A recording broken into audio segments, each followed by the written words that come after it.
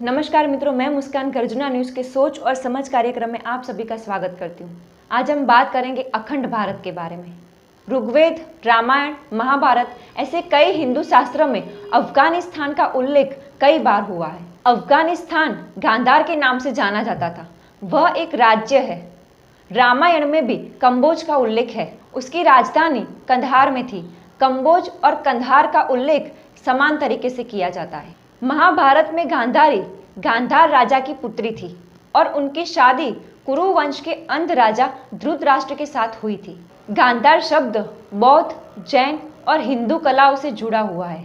गांधार ज्यादातर संगीतकार, स्थपति और नृत्यकार होते हैं। भारत, अफगानिस्तान, मध्य एशिया के रिश्ते बहुत ही साल पुराने और अच्छे हैं। प्राचीन समय में हिंदू, जैन, बौद्ध अफगानिस्तान के बाद ताशकंद, खोकंद, समरकंद, बुखारा और बाकू तक जाते थे।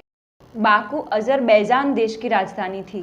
संवत 120 मतलब कि ईस्वी सन 64 में बाकू की एक गुफा में एक मंदिर बनाया था। आर्कियोलॉजिकल एविडेंस के हिसाब से एक पत्थर पर श्री गणेशाय नमः लिखा है। प्राचीन समय में अफगानिस्तान और एशियन देशों का मिलिट्री और राजकीय स्थान था। तब द्वारका, भरूच, वल्लभी, गोगा और खंभात जैसे बंदरों से गुजरात पूरे विश्व के विविध देशों के साथ संकलन करता था। गुजरात का व्यापार अफगानिस्तान, मध्य एशिया, अरब देश, अफ्रीका से लेकर यूरोप तक फैला था। अफगान और अफगानिस्तान शब्द 10वें शतक में प्रचलित हुआ। स्थान पर्शियन शब्द है जिसका अर्थ होता है घर। ईस्वी सन 1313 में मोरक्को का मुसाफिर इब्ने बबूता ने अपने पुस्तक में लिखा है कि जब मैं काबुल पहुंचा तब अफगान नाम की टोलकी पर्वतों के आसपास घूमती थी। जब अफगान शब्द प्रचलित नहीं था तब प्राचीन आर्यों उसे अश्वकन कहते थे। आर्यों उत्तर ध्रुव से यूरोप और बाद में मध्य एशिया आए। वहां से हिंदू कुश पर्वत को पार करके उत्तर भारत में प्रवेश किया। आर्यों अश्व पर बैठकर आए थे।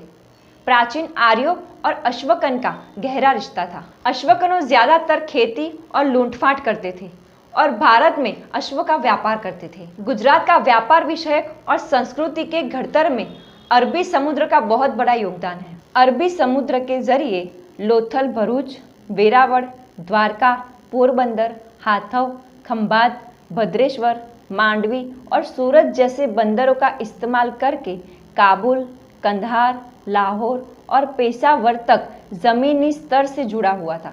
मौर्य और चीन के हन वंश का शासक गुजरात, ईरान, अफगानिस्तान, अरेबिया, श्रीलंका, जावा, सुमात्रा, चीन, इजिप्ट, अफ्रीका, रोम के साथ व्यापार होता था। दूसरी तरफ द्वारका और कंबोज आज का अफगानिस्तान और पाकिस्तान मार्ग पर बंजारा और व्यापारी के लिए खुला था। ईस्वी सन पहली सदी में एक ग्रीक नाविक ने पेरिप्लस ऑफ द इरेथियन सी, जिसका मतलब होता है हिंदी महासागर का जानकार, लिखे ग्रंथ में भरूच का वर्णन बारी गजा और अफगानिस्तान के मुल्कों का वर्णन बारी बटिकम नाम का उल्लेख है। कंबोज यानी कि अफगानिस्तान में बौद्ध, जैन और हिंदू साधुओं रहते थे। संस्कृत और पाली भाषा में गांधार और कंबोज का उल्लेख बार बार होता है। ईस्वी सन 8वें शतक में और उसके बाद इस्लाम धर्म मध्य एशिया में फैला हुआ और मुस्लिम शासकों का प्रभुत्व बढ़ने लगा। 16वें शतक में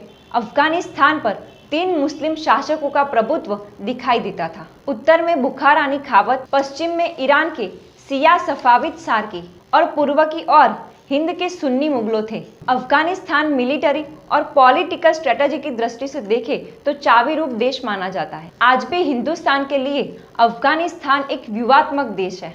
भारत और अफगानिस्तान के बारे में जितना कहेंगे या जितना लिखेंगे वो सभी कम है। इसके बारे में ज्यादा बात हम अगले एपिसोड में करेंगे। धन्यवाद।